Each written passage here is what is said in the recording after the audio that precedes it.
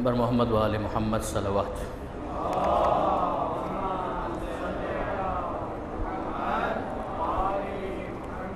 اعوذ باللہ من الشیطان اللعین الرجیم، بسم اللہ الرحمن الرحیم۔ الحمد للہ رب العالمین، والصلاة والسلام علی اشرف الانبیاء والمرسلین، سیدنا و مولانا ابی القاسم محمد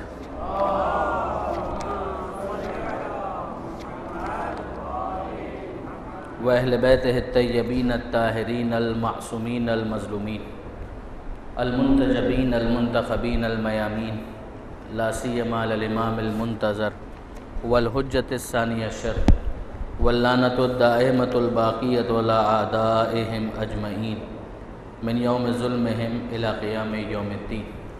اللہم انا نرغب الیک فی دولۃ کریمہ تعز بها الاسلام و اہلہ وتذل بها النفاق و اہلہ وتجعلنا فیہا من الدعاة الی طاعتک والقادۃ الی سبیلک وترزقنا بها کرامۃ الدنیا والآخرہ۔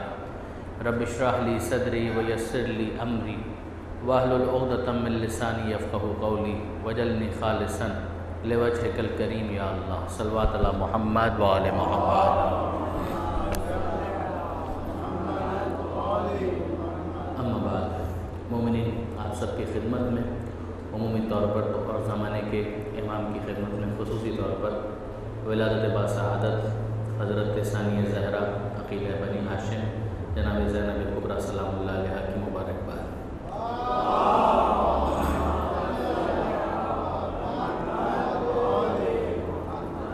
ماہ مبارک شعبان کے آغاز ہی میں پروردگار عالم نے یہ اتنی بڑی برکت رکھی ہے، اتنی بڑی عید رکھی ہے کہ جس پر ہم جتنا زیادہ شکر خدا ادا کریں اتنا کم ہے، اس لیے کہ اس میں کوئی شک نہیں ہے کہ کربلا کی قربانی، کربلا کا امام حسین علیہ السلام کا کارنامہ شاید بالکل فراموش کر دیا جاتا، بھلا دیا جاتا اگر یہ منصوبہ پروردگار نہ ہوتا جو جناب زینب سلام اللہ علیہا کے ذریعے سے پروردگار عالم نے عملی طور پر کر کے دکھایا کہ مکروا و مکر اللہ واللہ خیر الماکرین، کہ لوگ اپنا مکر، اپنی سازشیں کرتے ہیں اور اللہ کی اپنی تدبیر ہے، اللہ کا اپنا ایک پلان ہے اور اللہ سب سے زیادہ بہتر تدبیر کرنے والا ہے۔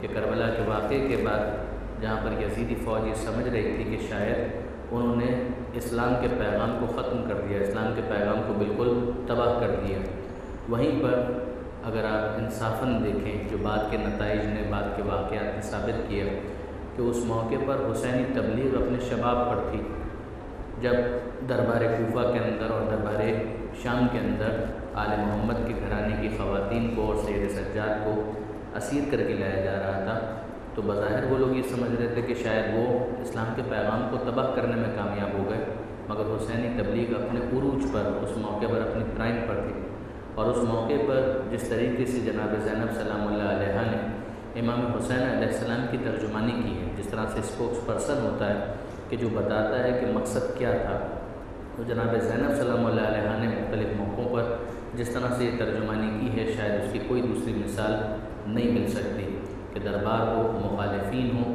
غیر ہوں، نظریات سے بالکل متصادم فکر رکھنے والے افراد موجود ہوں، اور ان کے سامنے ایک خاتون جو رسن بستہ ہو اور اپنے بھائی کی اتنی بڑی قربانی کا صدمہ اس کے دل پر موجود ہو، اور پھر وہ پیغام کو بیان کرے کہ امام حسین علیہ السلام کا پیغام کیا تھا، اور وہ بھی لہجہ علی میں پیغام کو بیان کرے، تو واقعاً شاید اس کی مثال ہمیں تاریخ کے اندر کوئی دوسری نہ مل پائے۔ یہ ایک بات۔ ماہ شعبان کے اندر آپ جانتے ہیں کہ دوسری بہت ساری مناسبتیں ہیں، اور ماہ شعبان میں اس اعتبار سے کہ شہادت کی کوئی تاریخ نہیں، اس اعتبار سے کوئی غم کی تاریخ بھی موجود نہیں ہے۔ ماہ مبارک رجب کے اندر بھی خوشیوں کی بہت ساری تاریخیں ہیں، مگر وہیں پر ہم جانتے ہیں کہ 2 سے 3 شہادتیں تو ہمارے بالکل سامنے ہیں، اور ان کی وجہ سے بہرحال ایک سوگواری کی فضا ماہ رجب کے اندر بھی کہیں کہیں ہمیں دکھائی دیتی ہے، اور پھر 28 رجب کی جو تاریخ آتی ہے اس میں پھر روانگی اہل حرم کا تذکرہ پھر ماحول کو سوگوار بناتا ہے۔ شعبان کا مہینہ اس اعتبار سے منفرد ہے کہ اس کے اندر شہادت کی کوئی تاریخ نہیں ہے، غم کی کوئی تاریخ نہیں ہے، خوشیوں ہی کی تاریخیں اس کے اندر موجود ہیں۔ جو اس کی معنوی برکتیں ہیں پروردگار عالم نے جو رکھی ہیں اس کے اندر وہ اپنی جگہ پر، مگر مناسبتوں کے اعتبار سے بھی دیکھیں تو بی بی زینب سلام اللہ علیہ کی ولادت یکم شعبان جو ایک قول ہے اس کے مطابق ان کی ولادت، پھر اس کے بعد 3 شعبان کو امام حسین علیہ السلام کی ولادت، پھر 4 شعبان کو جو معتبر قول ہے اس کے مطابق حضرت ابوالفضل عباس علیہ السلام کی ولادت، اور پھر اس کے بعد چوتھے امام کی ولادت، اور پھر 15 شعبان کو ہمارے زمانے کے آقا اور مولا حضرت حجت عجل اللہ تعالیٰ فرجہ الشریف کی ولادت۔ تو یہ سب مناسبتیں مل کر اس مہینے کو جو اس کی برکتیں ہیں، جو اس کا نور ہے، اس میں اور زیادہ اضافے کا باعث بنتی ہے، اور اس اعتبار سے ماہ مبارک شعبان ان مناسبتوں کے اعتبار سے بھی بہت زیادہ نکھر کر اور ابھر کر ہمارے سامنے آتا ہے۔ پھر کچھ اور ہستیاں کہ جن کو اصطلاحاً ہم 14 معصومین میں شمار نہیں کرتے، مگر اس کے باوجود بھی عصمت صغریٰ پر ان کا فائز ہونا اپنی جگہ پر بہت زیادہ قابل توجہ ہے۔ اس میں جناب شہزادہ علی اکبر علیہ السلام، جناب شہزادہ قاسم علیہ السلام، ان ہستیوں کے بارے میں بھی اقوال یہی ہیں کہ ان کی ولادت بھی شعبان کے مہینے میں ہوئی۔ پھر کچھ کنجیکچرز بھی ہیں کہ جن کے ذریعے تاریخوں کی تعین کرنے کی کوشش کی گئی ہے، مگر اس بحث میں ہم نہ بھی پڑھیں تو ماہ شعبان کے حوالے سے بہرحال بہت زیادہ امکان ہے کہ ان ہستیوں کی ولادت بھی اسی میں ہوئی۔ اب آئیے تھوڑا سا ہم اپنی بحث کو آگے لے کر چلتے ہیں۔ اس مہینے کی حیثیت ماہ مبارک رجب کے بعد اس طرح کی ہے کہ گویا کچھ تیاری ہم کر چکے، کچھ تیاری کرنی ہے تاکہ ماہ رمضان میں بھرپور طریقے سے داخل ہو سکے۔ جو عام طور پر آپ نے علماء سے، ذاکرین سے، خطباء سے یہ سنا ہوگا کہ ایک نیٹ پریکٹس ہے جو ماہ مبارک رمضان کی پروردگار عالم ان مہینوں کے اندر کروانا چاہتا ہے، رجب کے مہینے میں بھی اور شعبان کے مہینے میں بھی۔ رجب کے مہینے میں روزے رکھنے کی بہت زیادہ تاکید ہے، اسی طریقے سے شعبان کے مہینے میں بھی بہت زیادہ تاکید ہے کہ روزہ رکھا جائے۔ ابھی کچھ حدیثیں بھی اس حوالے سے میں آپ کے سامنے پیش کروں گا۔ اسی طریقے سے رجب کے مہینے میں استغفار کی بہت زیادہ تاکید ہے، یہی تاکید ہمیں شعبان کے مہینے میں بھی نظر آتی ہے۔ رجب کے مہینے میں صدقہ، انفاق کرنا، خدا کی راہ میں کچھ نہ کچھ دو، اس کی بہت زیادہ تاکید ہمیں دکھائی دیتی ہے، ویسی ہی تاکید شعبان کے مہینے میں بھی ہمیں نظر آتی ہے۔ اور اسی طریقے سے جس طرح سے رجب کے مہینے میں ایک اہم رات پروردگار عالم نے رکھی، شب 27 رجب، کہ جس میں جاگ کر عبادت کرنے کی تاکید ہے، ویسی ہی ایک رات پروردگار نے ماہ مبارک شعبان کے اندر بھی رکھی، نیمہ شعبان یا 15 شعبان کی رات، کہ اس میں جاگ کر عبادت کرو۔ محسوس ہوتا ہے کہ ماہ مبارک رمضان کے روزوں، ماہ مبارک رمضان کا صدقہ، ماہ مبارک رمضان کا استغفار، ماہ مبارک رمضان میں صدقہ دینا، ان تمام تر چیزوں کی ہمیں پریکٹس کروائی جا رہی ہے رجب اور شعبان میں۔ اب جو جب جاگا تب سویرا، یعنی جس کی جب آنکھ کھلی اس وقت سے وہ اس کو شروع کرے۔ اگر کسی نے رجب کا مہینہ مس کر دیا ہے تو اب شعبان کا مہینہ ایک دوسری اپارچونٹی موجود ہے۔ ایک ہمیں باقاعدہ ایک حدیث کے اندر بھی یہ ملتا ہے کہ جب کسی نے اس بات پر افسوس کیا کہ میں رجب کے روزے نہیں رکھ پایا تو اس وقت امام نے یہی کہا کہ تم شعبان کے روزوں سے کیوں غفلت کرتے ہو؟ شعبان کے روزے تو تمہارے اختیار میں ہیں۔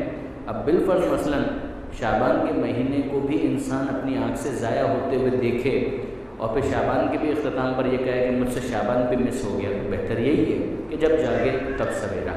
فرض کیجئے کہ کسی کو رمضان کے مہینے میں ہی خیال آیا تو بغیر پریکٹس کے بھی میچ تو کھیلنا ہے، وہ میچ جو پروردگار عالم نے کھلانے کا فیصلہ کیا ہے وہ میچ تو کھیلنا ہے ماہ مبارک رمضان کا۔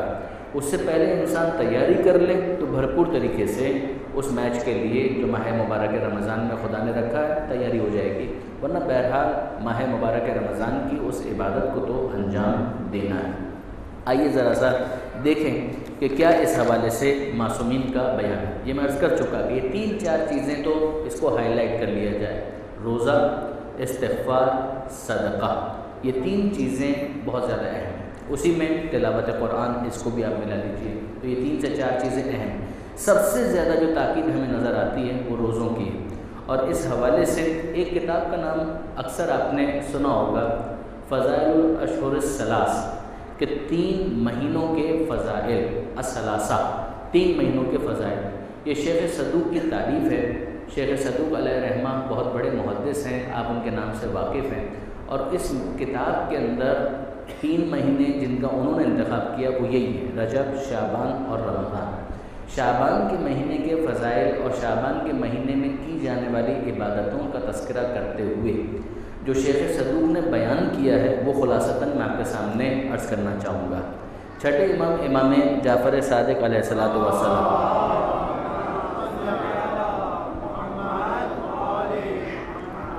چھٹے امام فرماتے ہیں کہ ان صیام شہر رمضان کا روزہ یعنی رمضان کے مہینے میں رکھا جانے والا روزہ ذخر للعبد یوم القیامہ، قیامت کے دن بندہ خدا کے لیے ذخیرہ ہوگا۔ قیامت کے دن رمضان کا رکھا ہوا روزہ ذخیرہ ہوگا، یعنی وہ اسے دیکھے گا ایک خزینے کے طور پر، ایک خزانے کے طور پر، ایک ذخیرے کے طور پر ملاحظہ کرے گا۔ پھر فرماتے ہیں وما من عبد، کوئی ایسا بندہ نہیں ہے جو شعبان کے مہینے کے اندر کثرت کے ساتھ روزہ رکھے اور اسے پروردگار عالم یہ عطا نہ کرے۔ وہ کیا چیزیں ہیں کہ جو شعبان کے روزوں کی کثرت سے انسان کو حاصل ہوتی ہے؟ وہ یہ تین چیزیں ہیں۔ الا اصلح اللہ امر معیشتہ، نمبر ایک، اللہ اس کی روزی کے مسئلے کی اصلاح کرے گا۔ جو اس کی روزی کے اندر کمی کا مسئلہ اگر ہے تو پروردگار عالم اس روزی کے مسئلے کا حل کرے گا ماہ مبارک شعبان کے روزوں کی کثرت کی وجہ سے۔ اب یہ کس کا مسئلہ نہیں ہے؟ آج کل کے زمانے میں خاص طور پر جب بے روزگاری بھی ہے، زر نقد کے اندر قوت خرید نہیں ہے کہ جتنا بھی انسان کما لے تو کم ہی پڑتا ہے، اور وہ کہتا ہے کہ ابھی بھی پورا نہیں ہوتا۔ پروردگار عالم کے حوالے سے چھٹے امام کہتے ہیں کہ اگر شعبان کے مہینے میں کوئی کثرت کے ساتھ روزہ رکھے تو پروردگار عالم اس کی روزی کے مسئلے کو اصلاح فرمائے گا۔ نمبر دو، وَكَفَاهُ الشَّرَّ عَدُوِّ، اور اس کے دشمن کے شر کے مقابلے میں اس کی حفاظت کرے گا۔ کیا یہ بھی ہمارا آج کا ایک بہت بڑا مسئلہ نہیں ہے؟ سیکیورٹی کا ایشو، خدا نہ کرے کہیں سے کوئی حملہ نہ ہو جائے، خدا نہ کرے کہیں کوئی نقصان نہ پہنچا دے۔ کہ یہ دوسری چیز ہے جو شعبان کے روزوں کی کثرت کے ساتھ اگر کسی نے روزے رکھے ہیں تو اسے پروردگار عالم کی طرف سے یہ ملے گا۔ نمبر تین، وَإِنَّ أَدْنَ مَا يَكُونُ لِمَنْ يَصُومُ يَوْمًا، کم سے کم چیز جو شعبان کا ایک روزہ رکھنے پر کسی بندے کو حاصل ہوگی من شعبان، ان تجب لہ الجنہ، کہ جنت تو خدا اس کے لیے واجب کر دے گا۔ کم سے کم جنت تو اسے مل ہی جائے گی۔ نمبر دو، اس کی روزی کی اصلاح۔ نمبر تین، اس کے دشمن کے شر کے مقابلے میں پروردگار عالم اس کی حفاظت کرے گا۔ ہم قطعاً یہ نہیں کہہ رہے کہ روزی کے لیے انسان محنت نہ کرے، صرف شعبان کے روزوں پر اکتفا کرے۔ ہم قطعاً یہ نہیں کہہ رہے کہ انسان اپنے دشمن کے مقابلے میں مادی حفاظت سے غافل ہو جائے اور کہے کہ میں نے تو شعبان کے روزے رکھ لیے۔ ہم یہ نہیں کہہ رہے، ہم یہ کہہ رہے ہیں کہ مانوی اعتبار سے جو از غیب بہت ساری چیزیں تائیدات انسان کو حاصل ہوتی ہیں، وہ حاصل ہو سکتی ہیں اگر وہ شعبان کے مہینے میں روزے رکھے، اور فقط روزے نہیں کثرت کے ساتھ روزہ رکھے۔ کم سے کم اگر ایک روزہ بھی رکھا تو جنت کو تو وہ واجب اپنے لیے بنا ہی لے گا۔ دوسرے الفاظ میں کہ جو اس کے گناہ ہیں ان کی مغفرت کے اعتبار سے جو وہ توبہ کر رہا ہے خدا توبہ قبول کرے گا۔ جو دوسروں کا حق الناس اس کو ادا کرنا ہے وہ ادا کر دے، خدا اس کے لیے راستے کو آسان کر دے گا۔ جو نمازیں اس کے اوپر قضا ہیں اس کی توبہ قبول ہو جائے گی، روزے اگر قضا ہیں اس کی توبہ قبول ہو جائے گی، وغیرہ وغیرہ۔ یعنی وہ سارے معاملات جو توبہ کے ساتھ ریلیٹڈ ہیں وہ حل ہو جائیں گے۔ جو قضا کفارے اس کے اوپر ہیں وہ اس کو دینے ہیں، اور جو حق الناس کی ادائیگی کا مسئلہ ہے وہ بھی وہ دے دے۔ پروردگار عالم باقی معاملات کو اس کے حل کر دے گا۔ میدان قیامت کی باس پرس اس سے نہیں ہوگی یا بہت ہلکی ہو جائے گی۔ ایک اور حدیث یہ بھی اسی کتاب کے اندر ہے جس میں خود ختمی مرتبہ احمد مجتبیٰ محمد مصطفیٰ صلی اللہ علیہ وآلہ وسلم، ایک عجیب حدیث ہے، پیغمبر فرماتے ہیں شعبان و شہری، کہ شعبان یہ تو میرا مہینہ ہے۔ پیغمبر اکرم کہتے ہیں شعبان و شہری، کہ شعبان یہ تو میرا مہینہ ہے، جس طرح سے رجب کے بارے میں کہا جاتا ہے کہ وہ اہل بیت کا مہینہ ہے، کہ شعبان یہ میرا مہینہ ہے، ماہ رمضان خدا کا مہینہ ہے۔ شعبان و شہری و شہر رمضان شہر اللہ، رمضان کا مہینہ اللہ کا مہینہ ہے۔ یہ شعبان یہ میرا مہینہ ہے۔ اچھا اب یہاں پر ایک دفعہ علامہ ذیشان حیدر جوادی علی اللہ مقامہ وہ درس دے رہے تھے، اور اس کے دوران انہوں نے ایک بہت پیارا نقطہ، بہت لطیف نقطہ بیان فرمایا۔ وہ کہنے لگے، اس کا خلاصہ یہ ہے کہ آپ دیکھیں اگر کوئی زیارت پر جاتا ہے، مدینہ منورہ کے قریب پہنچا تو اس کی کیا کیفیت ہوتی ہے؟ آپ میں سے کتنے ایسے دوست ہیں کہ جنہوں نے مدینہ منورہ کی زیارت کی ہے؟ خدا سب کو نصیب کرے انشاءاللہ، اور بار بار نصیب کرے۔ تو کیا کیفیت ہوتی ہے؟ ان لوگوں سے پوچھئے کہ جو جا چکے ہیں۔ ماہ مبارک شعبان کہ یہ مہینہ رسول اللہ کا مہینہ ہے، جو رسول اللہ کا شہر ہے، اس کے انسان قریب ہوتا ہے تو اپنے آپ کو بالکل اٹینشن کر لیتا ہے، کچھ دیر کے لیے اس کے دل میں ایک ہیبت طاری ہو جاتی ہے، وہ کہتا ہے کہ یہ اللہ کے رسول کا شہر ہے کہ جس کے اندر میں داخل ہونے والا ہوں۔ اب 7 دن 8 دن جتنے دن وہ رکتا ہے وہاں پر، تو وہ کوشش کرتا ہے کہ یہاں پر کم سے کم میرا روٹین وہ نہ ہو جو عام دنوں میں ہوا کرتا تھا، اس لیے کہ میں اللہ کے رسول کے شہر میں ہوں۔ علامہ ذیشان حیدر جوادی فرماتے ہیں کہ اگر اللہ کے رسول کے شہر میں داخل ہوتے ہوئے انسان محتاط ہو جاتا ہے تو کیا اللہ کے رسول کے مہینے میں داخل ہوتے ہوئے انسان کو محتاط نہیں ہونا چاہیے کہ وہ اس موقع پر بھی احتیاط کرے کہ اب یہ مہینہ اللہ کے رسول کا مہینہ ہے، جتنا اللہ کے رسول کا شہر محترم ہے اتنا ہی احترام اللہ کے رسول کے مہینے کا بھی ہونا چاہیے۔ ویسے تو گناہ کبھی نہیں ہونا چاہیے، لیکن خاص طور پر وہ مہینہ جو پیغمبر اکرم سے منسوب ہے، ہم اس مہینے میں داخل ہو رہے ہیں، یہ خدا کی طرف سے ایک توفیق ہے، سعادت ہے۔ To make the most of it, کیا کیا جائے کہ کم سے کم اپنے روٹین کو اس طرح سے رکھا جائے کہ جو گناہ عام دنوں میں اگر ہوتے تھے تو ہونے تو ان دنوں میں بھی نہیں چاہیے، لیکن اب یہ اللہ کے رسول کا مہینہ شروع ہو رہا ہے تو ان ایام کے اندر تو انسان اپنے آپ کو بہت زیادہ اٹینٹیو رکھے، ایک دم اٹینشن ہو جائے، اور کسی قسم کی کوئی بات ایسی نہ ہو کہ جو اللہ کے رسول کے مہینے کے احترام کے منافی ہو۔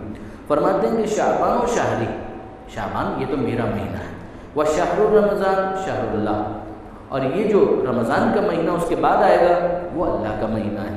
فمن صام یوما من شہری، میرے مہینے میں اگر کسی نے ایک روزہ رکھا، یا آپ دیکھیں بار بار پیغمبر اکرم میرا مہینہ میرا مہینہ، کہ اگر اس میرے مہینے میں کسی نے ایک روزہ بھی رکھا، کنت شفیعہ یوم القیامہ، میں قیامت کے دن اس کی شفاعت کا ذمہ دار ہوں، میں قیامت کے میدان میں اس کی شفاعت کروں گا۔ ومن صام یومین من شہری، اور اگر میرے مہینے کے اندر کسی نے 2 روزے رکھے، غفر اللہ لہ ما تقدم من ذنبہ وما تأخر، تو ان 2 روزوں کا ثواب یہ ملے گا کہ اللہ اس کے اگلے پچھلے سارے گناہوں کی مغفرت کر دے گا۔ ومن صام ثلاثۃ ایام من شہری، اور اگر میرے اس مہینے کے اندر کسی نے 3 روزے رکھے، قیل لہ استأنف العمل، تو اسے کہا جائے گا نئے سرے سے اعمال شروع کرو، پچھلا جو ہوا اسے بھول جاؤ۔ یہ انداز ہوتا ہے، اس کا یہ مطلب نہیں ہے کہ انسان اپنے گناہوں کے اوپر جسور ہو جائے، مگر اتنا تو سمجھ میں آ رہا ہے کہ کچھ بہت زیادہ ایکسٹرا آرڈنریلی پروردگار عالم اپنے بندوں کو اپنے رسول کے مہینے کے اندر ٹریٹ کرنا چاہتا ہے، ایک خاصی انداز ہے کہ جس کے ذریعے سے خدا سیلیبریٹ کرنا چاہتا ہے۔ استأنف العمل، کہ 3 روزے رکھ لیے، اب تو عمل نئے سرے سے شروع کرو، جو گزر گیا اس کو بھول جاؤ، جسٹ لائک کہ ابھی تمہاری ولادت ہوئی ہے۔ تو کچھ اس کے اندر ہڈن میسج ایسا ہے، ایک صاحب تقوی انسان کو جسور نہیں ہونا چاہیے، مگر اس خوشخبری کو بھی درک کرنا چاہیے جو پروردگار عالم کے رسول نے اس حدیث کے اندر بیان فرمائی ہے۔ ہمارے 8ویں امام علی رضا علیہ السلام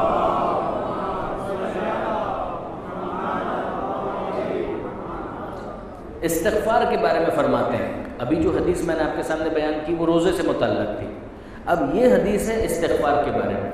فرماتے ہیں کہ من استغفر اللہ تبارک و تعالی فی شعبان، اگر کوئی اللہ کی بارگاہ میں استغفار کرے شعبان کے مہینے میں، کتنی مرتبہ؟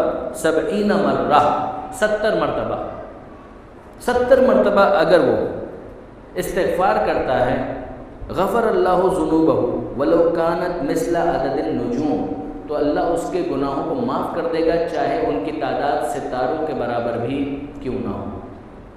70 مرتبہ انسان دل سے خدا سے استغفار کرے تو خدا مغفرت کی چادر اسے اڑا دے گا، اس کے گناہوں کی مغفرت کرے گا، چاہے ستاروں کی تعداد کے برابر ہی اس کے گناہ کیوں نہ ہوں۔ پھر اس کے بعد ایک اور حدیث جس کے ساتھ ہی ہم ایک دوسری بات کی طرف جانا چاہیں گے، یہ حدیث 5ویں امام اپنے والد چوتھے امام سے نقل کرتے ہیں، اور چوتھے امام اس کے اندر تذکرہ کریں گے خود پیغمبر اکرم کا۔ 5ویں امام اپنے والد سے یعنی چوتھے امام سے نقل کرتے ہیں کہ اذا حل شعبان، کہ چوتھے امام کا طریقہ کار یہ تھا کہ جب شعبان کا چاند نظر آتا تو جمع اصحابہ، تو وہ اپنے تمام اصحاب کو جمع کرتے، فقال، اور کہتے معاشر اصحابی، اے میرے ساتھیوں، اتدرون، کیا تمہیں معلوم ہے، ایو شہر ھذا، یہ کون سا مہینہ ہے، تمہیں پتہ ہے؟ اب یوں اگر آپ دیکھیں تو کس کو نہیں پتہ ہے، تو شعبان کا مہینہ ہے، تو اس کا مطلب کیا ہے؟ امام کچھ کہنا چاہ رہے ہیں کہ تمہیں یہ جو عنوان شعبان معلوم ہے تو حقیقت شعبان کو بھی سمجھو۔ فرماتے ہیں کہ اتدرون، تمہیں معلوم ہے کہ ایو شہر ھذا، یہ کون سا مہینہ ہے؟ ھذا شہر شعبان، یہ تو شعبان کا مہینہ ہے۔ وکان رسول اللہ، اور اللہ کے رسول یقول، کہا کرتے تھے، کانا رسول اللہ یقول، ماضی استمراری، یعنی ایک دفعہ کی بات نہیں ہے، کئی مرتبہ اللہ کے رسول نے یہ فرمایا، وہ فرمایا کرتے تھے، شعبان و شہری، کہ شعبان یہ تو میرا مہینہ ہے، الا فصوموا فیہ محبتا لنبیکم، تو اس شعبان کے مہینے میں روزہ رکھو اپنے نبی کی محبت کی خاطر۔ تم اپنے نبی سے محبت کرتے ہو؟ جواب جی ہاں۔ اگر محبت کرتے ہو تو ثبوت محبت یہ چاہیے کہ اس شعبان کے مہینے میں روزہ رکھو، محبتاً لنبیکم وتقرباً الی ربکم، اپنے نبی کی محبت کی خاطر اور اپنے رب کی قربت کی خاطر شعبان کے مہینے میں روزہ رکھو۔ فالذی نفس علی ابن الحسین بیدہ، اس کی قسم کہ جس کی قدرت میں علی ابن الحسین کی جان ہے، لسمعت ابی، کہ میں نے اپنے بابا سے سنا، الحسین ابن علی، میرے بابا حسین نے یہ کہا، یقول سمعت امیر المؤمنین، جو اپنے والد مولا کائنات سے نقل کرتے ہیں کہ انہوں نے یہ کہا، یقول من صام شعبان، کہ جو شعبان میں روزہ رکھے، محبت نبی اللہ وتقربا الی اللہ عز وجل، نبی کی محبت کی خاطر اور اللہ کی قربت کی خاطر، احبہ اللہ عز وجل، اللہ بھی اس سے محبت کرے گا، وقربہ من کرامتہ یوم القیامہ، اور اسے قربت عطا کرے گا کرامت کے ساتھ میدان قیامت میں، وأوجب لہ الجنہ، اور جنت اس کے لیے واجب کر دے گا۔ اس حدیث کے بعد میں چاہ رہا تھا کہ مفاتح الجنان کی اس ایک تفصیلی روایت کی طرف آؤں، مگر اس سے پہلے ایک اور حدیث میں بیان کرنا چاہوں گا۔ چھٹے امام امام جعفر صادق علیہ السلام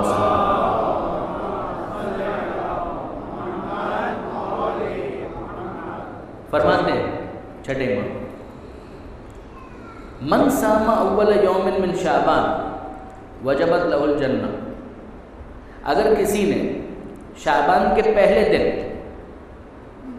روزہ رکھا، وجبت لہ الجنہ، جنت اس کے لیے واجب ہے۔ اچھا، اگر ہم کرنا چاہیں تو یہ کر سکتے ہیں، جیسے کہ 30 دن کے لیے الگ الگ آیا ہوا ہے۔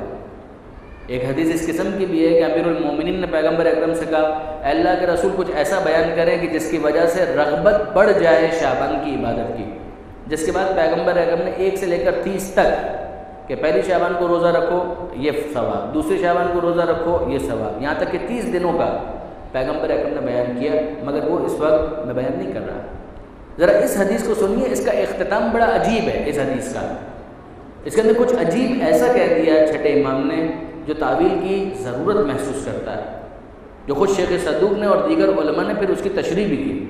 فرماتے ہیں کہ من صام اول یوم من شعبان، شعبان کے پہلے دن، پہلی شعبان اگر کسی نے روزہ رکھا، وجبت لہ الجنہ، جنت اس کے لیے واجب ہے۔ ومن صام یومین، اور اگر کسی نے 2 دن روزہ رکھا، نظر اللہ علیہ فی کل یوم و لیلہ، تو اللہ اس پر نظر ڈالے گا ہر دن اور ہر رات، فی دار دنیا، دنیا کے اندر. ابھی دنیا سے گئے نہیں ہیں، دنیا میں نگاہ خاص پروردگار کی اسے حاصل ہو جائے گی.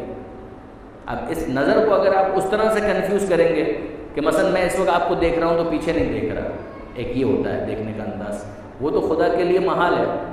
پروردگار عالم سے کچھ چھپا ہوا نہیں ہے، وہ تو سبھی کو دیکھ رہا ہے. یہاں پر جو دیکھنا ہے وہ محبت کے ساتھ دیکھنا ہے، کرم کے ساتھ دیکھنا ہے، رحمت کے ساتھ دیکھنا ہے، کہ ایک نظر انداز کر دینے والا دیکھنا ہوتا ہے، کہ جہاں پر ناراضگی کے ساتھ اگرچہ کوئی دیکھ بھی رہا ہوتا ہے مگر نظر انداز کرتا ہے، اگنور کرتا ہے.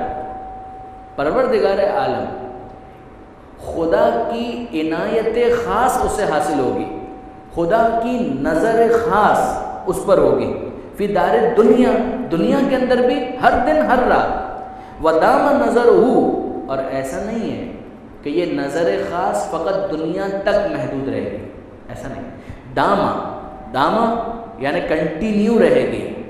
نظر ہو، خدا کی نگاہ خاص، نظر خاص، الیہ اس بندے پر جس نے 2 روزے رکھے، فی الجنہ، جنت میں بھی. چلیے یہاں تک تو پھر سمجھ میں آتا ہے. اب تیسرا مرحلہ، ومن صام 3 ایام، اور اگر کسی نے شعبان کے مہینے میں 3 روزے رکھے، زار اللہ فی عرشہ من جنتہ فی کل یوم، تو 2 روزے رکھنے کا تو یہ ثواب تھا کہ خدا اسے دیکھ رہا تھا، 3 روزے کا یہ ثواب ہوگا کہ بندہ خدا کو دیکھ رہا ہوگا. یہ بہت عجیب ہے کہ بندہ خدا کو دیکھ رہا ہوگا. واپس سنیے، من صام 3 ایام، اگر کسی نے شعبان کے مہینے میں 3 روزے رکھے، زار اللہ، وہ اللہ کی زیارت کرے گا. زارہ زیارت سے نکلا ہے، وہ اللہ کی زیارت کرے گا، فی عرش ہی، عرش پر خدا کو دیکھ رہا ہوگا، من جنت ہی، اپنے جنت کے مقام سے، فی کل یومن، اور ہر دن دیکھ رہا ہوگا. کیا خدا کا کوئی مادی وجود ہے جس کو کوئی بندہ دیکھ سکتا ہے؟ لا تدرکہ الابصار، آنکھیں اس کو دیکھ نہیں سکتی. لن ترانی یا موسیٰ، اے موسیٰ ہرگز مجھے نہیں دیکھ سکتے. تو پھر یہ دیکھنا کیا ہے؟ شیخ صدوق اس کی تشریح کرتے ہیں کہ زیارت اللہ، کہ یہاں پر اللہ کی زیارت سے کیا مراد ہے؟ یعنی زیارت حجج اللہ تعالی، یہ اللہ کی زیارت سے مراد ہے اللہ کی حجتوں کی زیارت، جنہیں اللہ نے اپنی حجت قرار دیا ہے.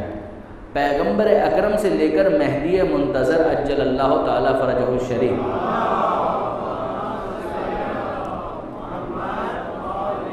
فمن زارہم فقط زار اللہ، اس لیے کہ جنہوں نے ان کو دیکھا گویا انہوں نے خدا کو دیکھا. جن کو دیکھ کر خدا کی یاد آ جائے. آل محمد پیغمبر اکرم، ان کا مرتبہ اور اسٹیٹس یہی ہے.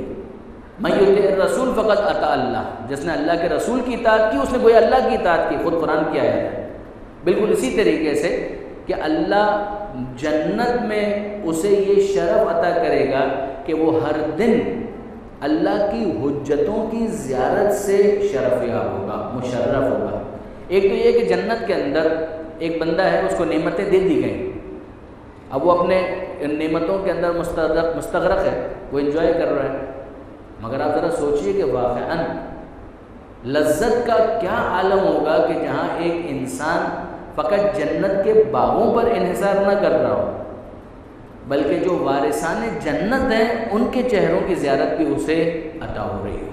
کہ یہ حاصل ہو سکتا ہے اگر شعبان کے مہینے میں کوئی 3 روزے رکھے. واپس خلاصہ 3 سے 4 چیز: روزہ، استغفار، صدقہ، قرآن کی تلاوت اس مہینے کے اندر.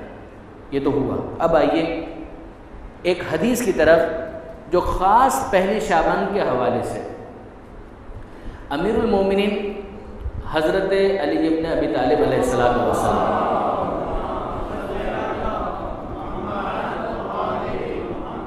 میں پہلے اس کا خلاصہ عرض کر دوں، اس کے بعد ہم تیزی کے ساتھ اس حدیث کو پڑھ لیں. یہ مفادی کے اندر موجود ہے. پہلی شعبان کا دن، اس کے ماتحت شیخ عباس قمی نے اس کو نقل کیا ہے. کیس کیا ہے؟ کیس یہ ہے کہ حضرت امیر المومنین نے مسجد میں چند افراد کو دیکھا کہ وہ افراد آپس میں بیٹھ کر تو تکار کر رہے تھے، بحثہ بحثی کر رہے تھے، ایک کہہ رہا تھا یوں، دوسرا کہہ رہا تھا یوں. اچھا ایک اکیڈمک ڈسکشن ہوتا ہے وہ برا نہیں ہے، بحث مباحثہ بہت اچھا ہوتا ہے، اگر اس کو ایک طریقے سے کیا جائے تو اس کے بھی آداب ہیں. جادلہم باللتی ہی احسن، ان کے ساتھ جدال کرو اچھے طریقے سے. ایک جدال، ایک بحث وہ ہے کہ جس کا کوئی اکیڈمک پرپز نہیں ہے، ڈومیننٹ ہونا مقصد ہے، سامنے والے کا کریکٹر اسیسینیشن. اچھا پھر ایک بحث وہ ہے کہ جو واقعی ڈومین بنتا ہے، وہ آپ کے جورسڈکشن کے اندر آتا ہے. ایک بحث وہ ہے جو آپ کے جورسڈکشن میں نہیں آتا، یعنی وہ آپ کا ڈومین نہیں بنتا کہ جس کے اندر آپ بحث کریں. اب مثال کے طور پر MBBS کے 4 سال کی بحث اگر فرض کیجیے انٹر کا ایک اسٹوڈنٹ کر رہا ہے دوسرے اسٹوڈنٹ کے ساتھ اور دونوں بحثہ بحثی کر رہے ہیں، وہ ایسا ہے، وہ ایسا ہے، وہ ایسا ہے، تو بابا یہ آپ کا لیول نہیں بنتا ہے کہ آپ اس بحث کو اپنے لیے قرار دیں، اپنا ٹائم ضائع کر رہے ہیں. آپ اپنا لیول کی بحث کریں تو اچھا ہے. تو کچھ تو اخلاقی مسائل ہیں بحث کے حوالے سے، اگر ان کا خیال نہ رکھا جائے تو وہ بحث بیکار بحث بن جاتی ہے. اخلاقی مسائل جس میں مقصد ہے سامنے والے کی کردار کشی، لیگ پولنگ، کریکٹر اسیسینیشن، ایک یہ مسئلہ ہے. دوسرا مسئلہ یہ ہے کہ وہ آپ کا ڈومین بھی بنتا ہے کہ نہیں بنتا. آپ پورے اخلاق کے ساتھ بھی اگر بحث کر رہے ہیں مگر وہ آپ کا ڈومین ہی نہیں بن رہا تو اٹکل چل رہا ہے، یعنی تکے لگ رہے ہیں. وہ ایک بول رہے ہیں، دوسری بول رہے ہیں، وہ اپنی اپنی بولے جا رہے ہیں، نہ اس کے پاس کوئی دلیل محکم ہے نہ اس کے پاس کوئی دلیل محکم موجود ہے. تو جو کرنے کا کام ہے وہ آپ نہیں کر رہے، اور جو آپ کا ڈومین نہیں ہے اس کے اندر آپ ٹانگ اڑا رہے ہیں. تو اب کیا ہوگا؟ اس کا نتیجہ کیا نکلے گا؟ کوئی کنسٹرکٹیو بحث نہیں ہے. بحث کا موضوع کیا تھا؟ امیر المومنین نے ان لوگوں کو کس موضوع پر بحث کرتے ہوئے دیکھا؟ قضا اور قدر. قضا اور قدر. انسان آزاد ہے، انسان مجبور ہے، خدا نے سب کچھ پہلے سے طے کر دیا ہے، ہمارے پاس اختیار موجود ہے. بندہ خدا تمہاری یعنی بعرض معذرت اپنا لیول تو دیکھو، تمہارا اسٹیٹس تو دیکھو کہ کیا ہے. اب اگر دنیات کی بنیادی کتاب کسی نے نہیں پڑھی اور ڈسکشن یہ چل رہا ہے تو سیدھی سی بات ہے اس کو کیا کہا جائے گا؟ اس کو یہی کہا جائے گا کہ یہ بھی تمہارا لیول نہیں ہے. کیا قضا اور قدر کے حوالے سے امیر المومنین نے کبھی اور کسی مقام پر بحث نہیں کی ہے؟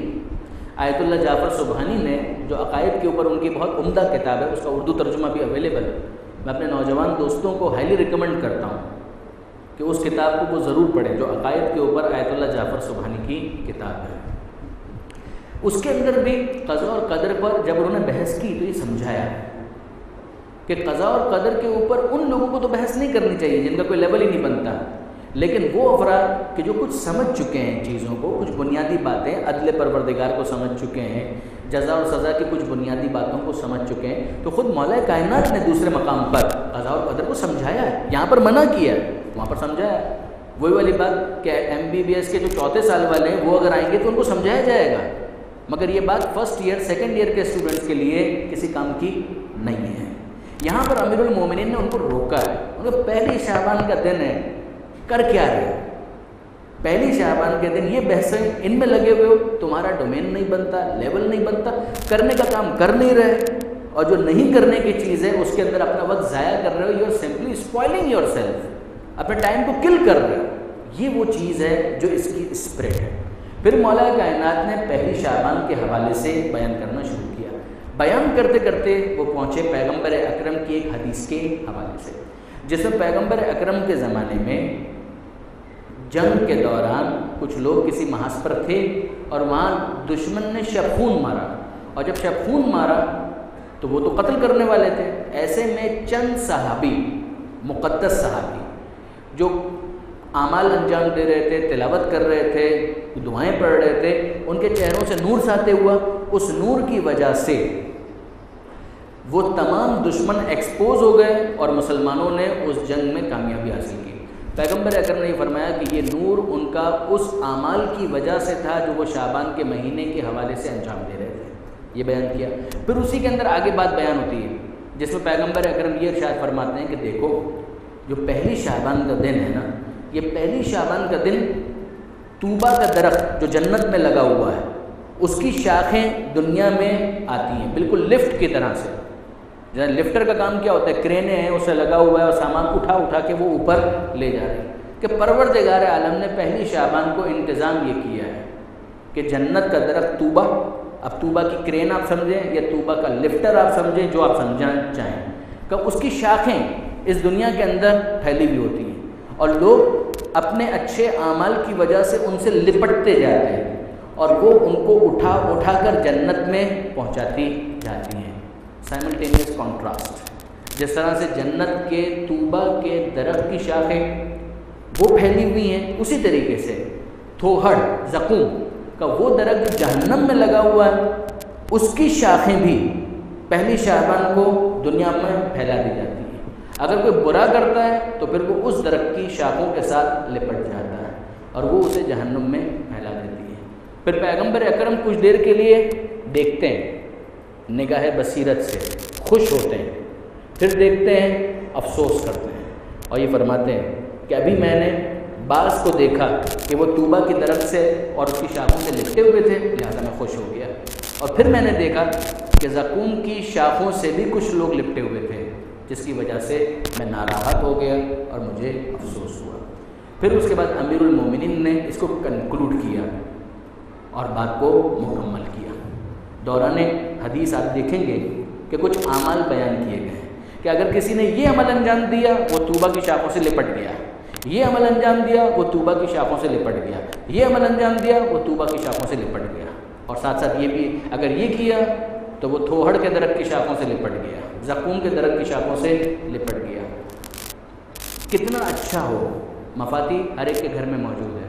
میں ایڈوائز کرتا ہوں اپنے نوجوان دوستوں کو، اگر کر سکے تو یہ کریں۔ پہلی شعبان پروبیبلی کل، اگر چاند نظر آ چکا ہوگا تو کل ہوگی انشاءاللہ، اور اگر نظر نہیں آیا تو پرسوں ہوگی، لیکن کتنا اچھا ہو کہ اس کی اگر ایک فہرست ہم اپنے سامنے بنا لیں۔ وہ تو ہو گیا، روزہ ہو گیا، استغفار ہو گیا، صدقہ ہو گیا، یہ 3-4 چیزیں تو ہو گئی۔ اب اس کے بعد جو فہرست خاص پہلی شعبان کے لیے ایک چیک لسٹ اس کو بنایا جائے اور سامنے اس کو ٹک کریں کہ یہ پہلی شعبان کے دن مانگا تھا، یہ میں نے کر لیا، ہاں یہ میں نے کر لیا، ہاں یہ میں نے کر لیا، ہاں۔ یہ سامنے وہ چیزیں ہیں کہ جو مجھ سے کہا گیا تھا کہ پہلی شعبان کو نہیں ہونی چاہیے۔ میک شور کہ پہلی شعبان کو کم سے کم وہ کام نہ ہونے پائے۔ امام خمینی چہل حدیث کے اندر وہ کہتے ہیں کہ اپنا ٹارگٹ لمبا چوڑا نہ بنائیں، 24 گھنٹے کا بنائیں، ایک دن کا۔ ایک آدمی ہے وہ 25 سال 50 سال کی پلاننگ پہلے دن کرنے بیٹھتا ہے، آخر میں کہتا ہے کچھ نہیں ہو سکتا ہے، کہ نہیں، ایک دن کی بات ہے، ایک دن کی کہ 24 گھنٹے کے لیے تو اس کو ذرا یقینی بنائیں کہ 24 گھنٹے میں یہ کروں گا اور ان چیزوں سے اپنے آپ کو بچاؤں گا۔ بسم اللہ۔ امیر المومنین نے پیغمبر اکرم کے ریفرنس سے ان چیزوں کی لسٹ فراہم کی ہے، ابھی اس کے حوالے سے بات آتی ہے۔ میں تیزی کے ساتھ اس حدیث کو مکمل کروں اور آپ کی زحمتوں کو تمام کروں۔ ایک مرتبہ درود بھیج دیجیے محمد و آل محمد۔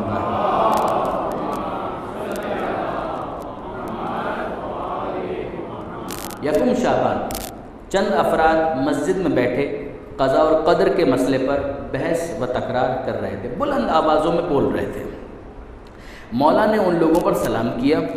جب انہوں نے آپ سے وہاں تشریف رکھنے کی خواہش کی، انہوں نے کہا مولا آپ بھی بیٹھو، یعنی ہم تو اپنا ٹائم ضائع کر رہے ہیں، آپ بھی ہمارے ساتھ بیٹھو اور ٹائم ضائع کرو۔ فرمایا تم لوگ ایسی باتیں کر رہے ہو جن میں کوئی فائدہ نہیں۔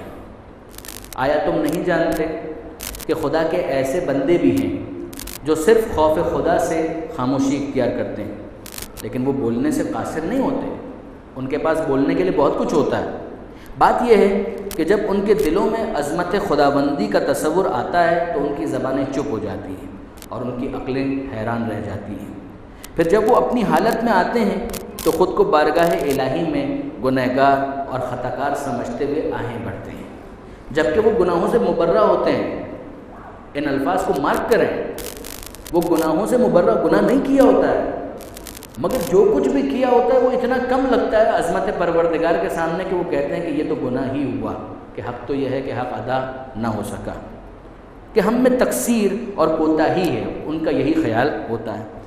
ہر وقت وہ عمل خیر میں مشغول رہتے ہیں۔ یہ وہ لوگ ہیں کہ اگر ان کی طرف نظر کی جائے تو پتہ لگتا ہے کہ وہ حالت خوف میں عبادت میں کھڑے ہیں، ان کا اضطراب ظاہر ہے۔ ان لوگوں کے مقابلے میں تم کہاں ہو؟ وہ ایسے ہیں، تم کیا کر رہے ہو؟ کیا تم نہیں جانتے کہ سب سے بڑا عقل مند وہ ہے جو زیادہ تر خاموش رہے، اور سب سے بڑا جاہل وہ ہے جو بہت زیادہ باتیں کرتا ہو، بس بولے جا رہا ہے، بولے جا رہا ہے، موقع ہو نہ ہو، موقع بے موقع بولے جا رہا ہے۔ اے نادان اور کم سمجھ لوگوں، آج شعبان کی پہلی تاریخ ہے اور خدا تعالیٰ نے اس کا نام شعبان اس لیے رکھا کہ اس میں نیکیاں عام کر دی جاتی ہیں، حسنات کے دروازے کھل جاتے ہیں اور جنت کے محلات بہت سستی قیمت پر اور سہل تر اعمال سے حاصل ہو جاتے ہیں۔ ہول سیل لگی ہے بابا، کوئی قیمت ہی نہیں ہے، ڈراپ کر دیا 50% ڈسکاؤنٹ، 80% ڈسکاؤنٹ، اور کیا لے گا؟ بالکل وہی انداز جس طرح سے مارکیٹنگ کے موقع پر آپ دیکھتے ہیں کہ فری میں تو کوئی بھی کچھ نہیں دیتا ہے، یہاں پر تو ایسا لگتا ہے کہ جیسے بس ذرا سا کچھ کرو اور بہت کچھ حاصل ہو جائے۔ فرماتے ہیں بس عبادت کر کے انہیں خرید لو۔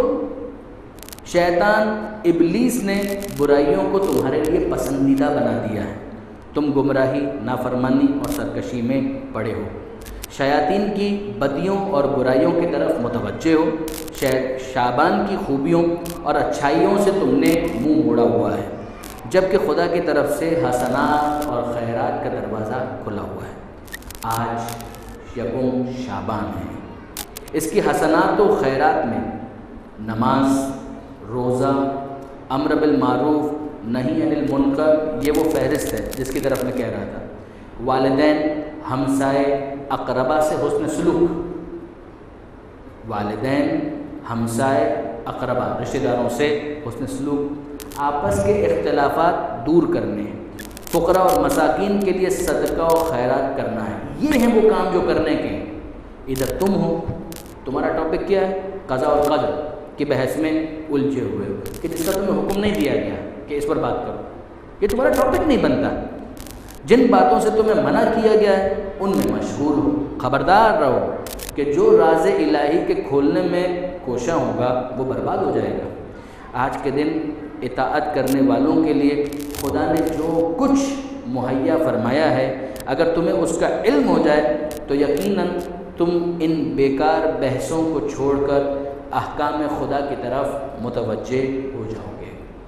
ان سب نے عرض کیا، اب وہ سمجھنے والے تھے، غلطی کا احساس ہوا تو اب امیر المومنین سے کہتے ہیں خدا تعالیٰ نے اطاعت گزاروں کے لیے کیا کچھ مہیا فرمایا ہے۔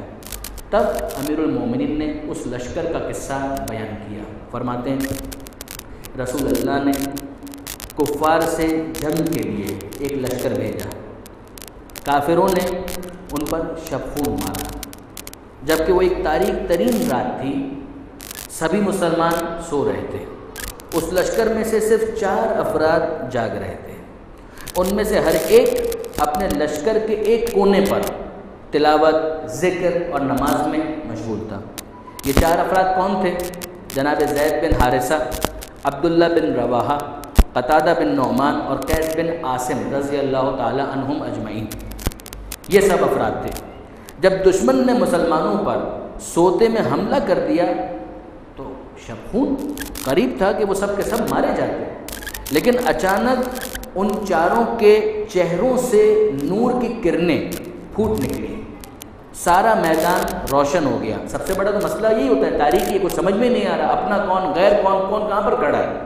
اسی روشنی میں مسلمان سنبھلے، دیکھ بھال کر دشمن کا مقابلہ کرنے لگے۔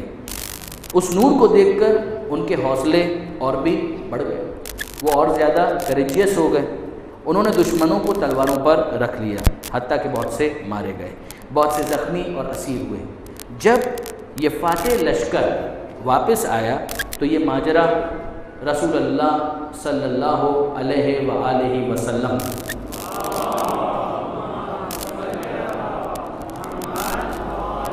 حضرت کی خدمت میں انہوں نے یہ سب کچھ بیان کیا۔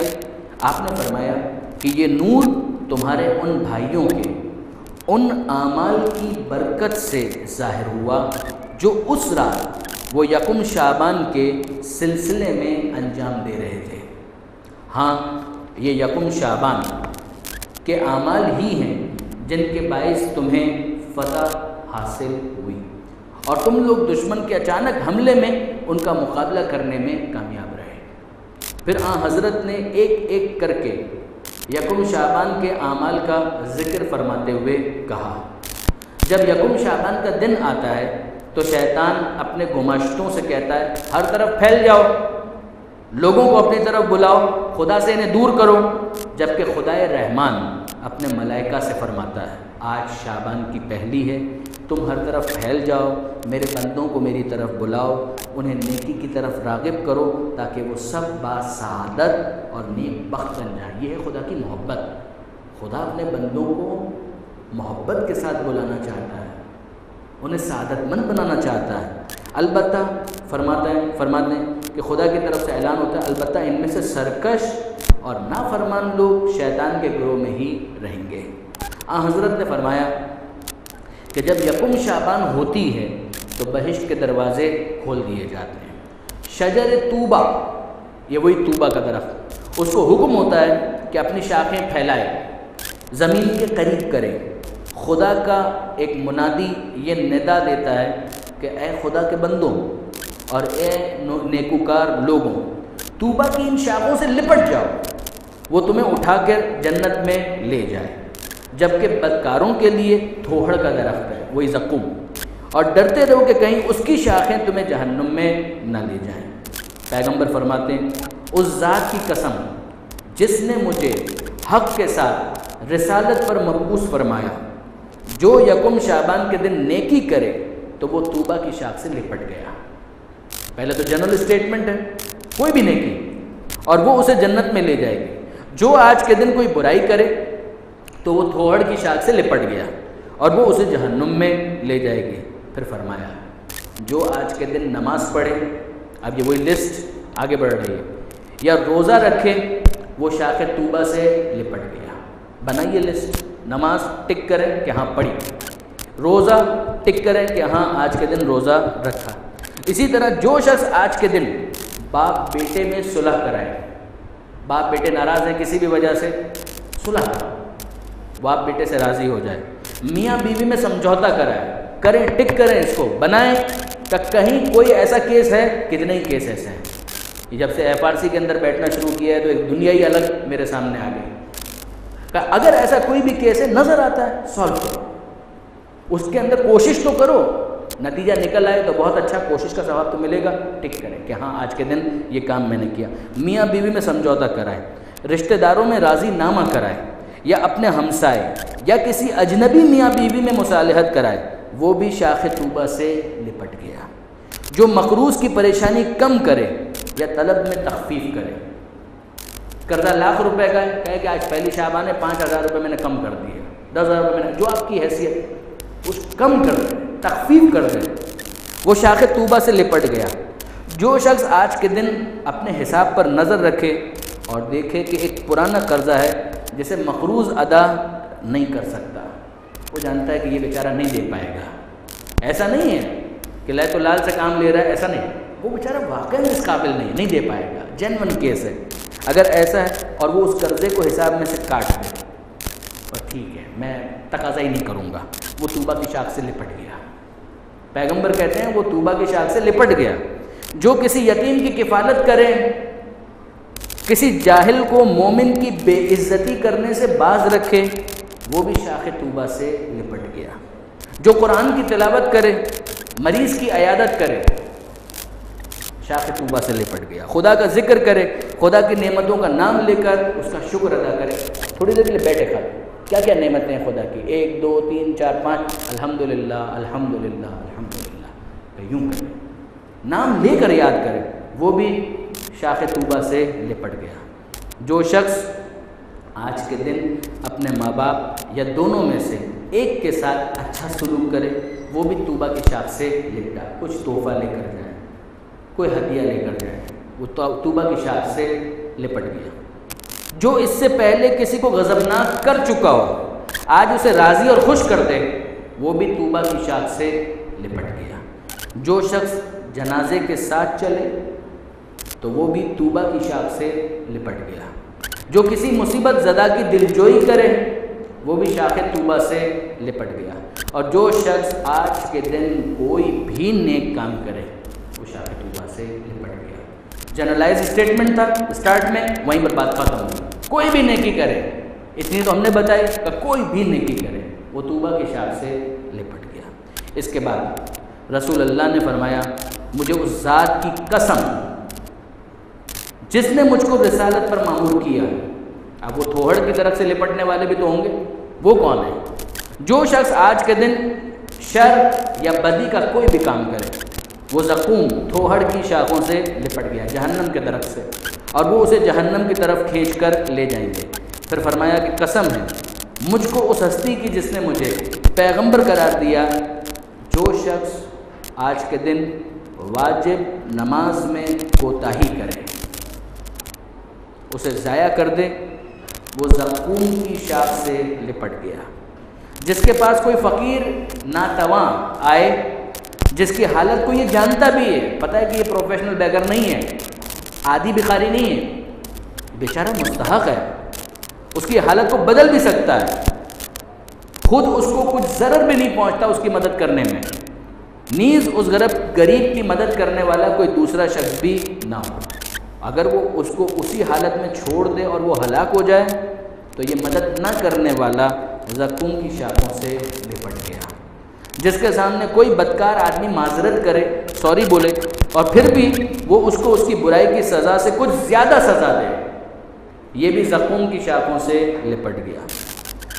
جو شخص آج کے دن میاں بیوی یا چغل خوروں کے لیے میاں بیوی یا باپ بیٹے یا بھائی بھائی یا بھائی بہن یا کسی قریبی رشتہ دار یا ہمسائے یا دوستوں میں جدائی اور غلط فہمی پیدا کرے، یہ چغل خور، یہ بھی زقوم کی درخت سے اور اس کی شاخوں سے لپٹ گیا، جس کا کام ہی یہ ہے کہ جدا کروائے۔ جو شخص کسی تنگ دست پر سختی کرے کہ جس کی حالت کو جانتا ہے اور اس کی مصیبت میں اپنے غصے سے اور بھی اضافہ کرے، فرماتے ہیں وہ بھی زقوم کی شاخوں سے لپٹ گیا۔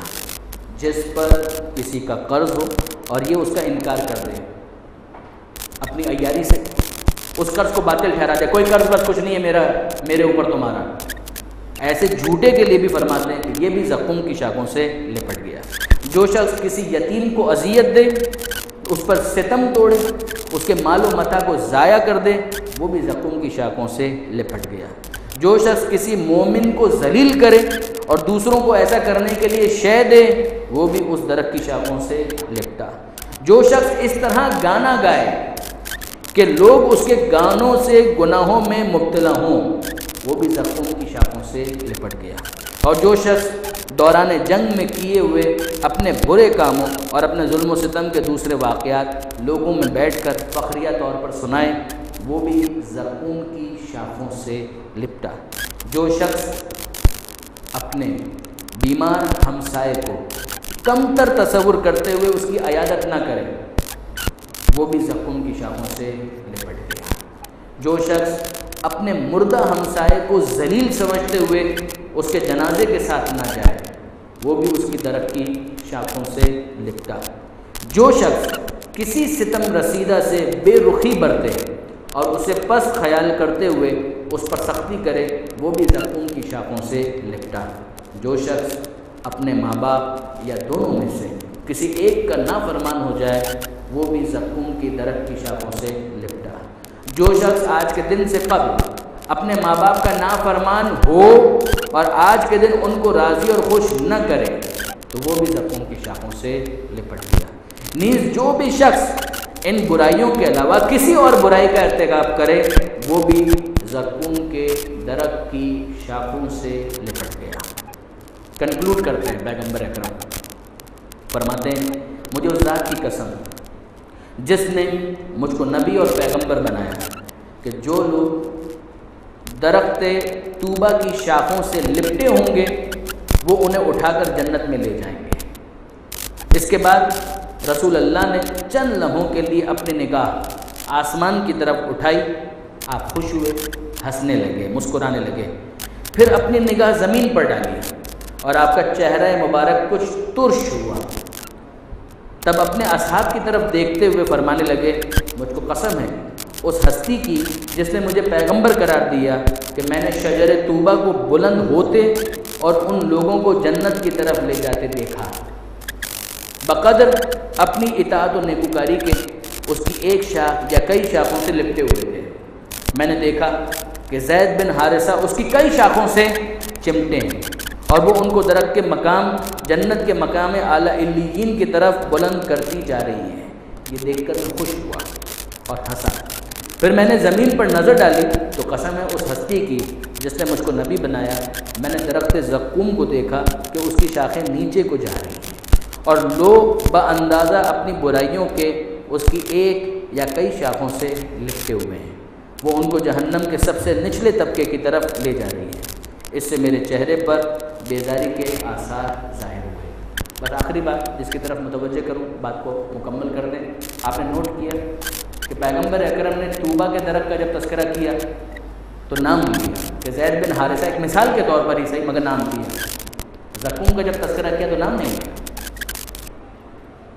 پیغمبر اکرم بھی زیادہ اسی بات کو پسند کرتے ہیں کہ جو نیکی کرنے والے ہیں ان کی شہرت زیادہ ہو۔ اگر کوئی برائی کرنے والا ہے تو جب تک وہ اپنی برائی کو خود آشکار نہ کرے اس کے اوپر پردہ پڑا رہنے دیا جائے۔ برا کام جتنا برا ہوتا ہے اس سے زیادہ برا اس کی اشاعت کا سامان ہوتا ہے۔ ایک برا کام جو انسان تنہائی میں کرتا ہے یہ اس کا اور خدا کا معاملہ ہے۔ ایک برا کام جو وہ اعلانیہ کرتا ہے، اب یہ برا کام فقط برا نہیں رہتا، اعلان بغاوت بن جاتا ہے کہ مجھے اس بات کی کوئی پرواہ نہیں ہے کہ کتنے ہی افراد مجھے دیکھتے ہیں اور اس برے کام کو اپنے لیے ایک role model, negative role model کے طور پر لیتے ہیں۔ پروردگار عالم سے دعا کرتے ہیں، مالک تجھے واسطہ محمد والے محمد کا جو ماہ مبارک رجب میں کچھ کوتاہی ناقص عبادتیں ہم نے انجام دی، اے پروردگار ان ناقص عبادتوں کو اپنی بارگاہ میں شرف قبولیت عنایت فرما۔ اے پروردگار ماہ شعبان کی آمد ہے، ہم گنہگار ہیں، پھر کچھ کوشش کریں گے ناقص عبادتیں تیری بارگاہ میں پیش کرنے کی کوشش، ہم کیا ہماری عبادتیں کیا، تو کامل، تیری رحمت کامل، اپنی حجتوں کے صدقے میں ہماری ناقص عبادتوں کو اپنی بارگاہ میں کامل کی صورت میں قبول فرما۔ اے پروردگار ان عبادتوں کے ذریعے سے ماہ مبارک رمضان کے لیے ہمیں آمادہ اور تیار ہونے کی توفیق عطا فرما۔ اے پروردگار پہلی شعبان کو وہ تمام اعمال کہ جن کے ذریعے سے طوبہ کی شاخوں سے وابستہ ہو کر جنت کا اہل بننے کا شرف حاصل ہو سکے ہمیں توفیق عطا فرما۔ اور اے پروردگار زقوم کی شاخوں سے دور رہتے ہوئے اور گناہوں سے اپنے آپ کو بچانے کی توفیق عطا فرما۔ اے مالک بیماروں کو شفا عطا فرما، بے روزگاروں کو رزق حلال عطا فرما، جو بے اولاد ہیں انہیں اولاد صالح عطا فرما، جو صاحبان اولاد ہیں انہیں اولاد کی صحیح تربیت کی توفیق عطا فرما، جو بے روزگار ہیں انہیں عزت کی روزی عطا فرما، جو برسر روزگار ہیں ان کے رزق میں برکت و کثرت عطا فرما۔ آل محمد کے ماننے والے چاہنے والے جہاں کہیں بھی آباد ہیں ان کی جان، مال، عزت و آبرو کی حفاظت فرما۔ اے پروردگار تجھے واسطہ محمد و آل محمد کا وطن عزیز پاکستان کو استحکام عطا فرما، وطن عزیز سے ہر قسم کی داخلی خارجی پریشانی کو دور فرما، وطن عزیز سے اور پوری دنیا سے دہشت گردی کا خاتمہ فرما۔ اے پروردگار ہمارے شہداء کو سید الشہداء کے ساتھ معشور فرما۔ اے پروردگار ہمارے شہداء کے قاتلوں کو نیست و نابود فرما۔ اے پروردگار ہمارے دشمنوں کی جمعیت کو درہم برہم کر دے۔ اے پروردگار جس طرح سے پہلی شعبان کے اعمال سے ان صحابہ کرام کی مشکل دور ہوئی، اسی طرح سے پہلی شعبان کے اعمال کر کے ہمیں بھی دشمنوں کے مقابلے میں حفاظت نصیب فرما۔ اے پروردگار تجھے واسطہ محمد و آل محمد کا تمام علماء کرام، مراجع اعظام، مقام معظم رہبری اور انقلاب اسلامی کی حفاظت فرما۔ اس انقلاب کو زمانے کے امام کے انقلاب سے متصل فرما، اس انقلاب کے دشمنوں کو نیست و نابود فرما۔ اے پروردگار تجھے واسطہ محمد و آل محمد کا ہمیں اپنے آقا اور مولا زمانے کے امام کا وفادار رہنے کی توفیق عطا فرما۔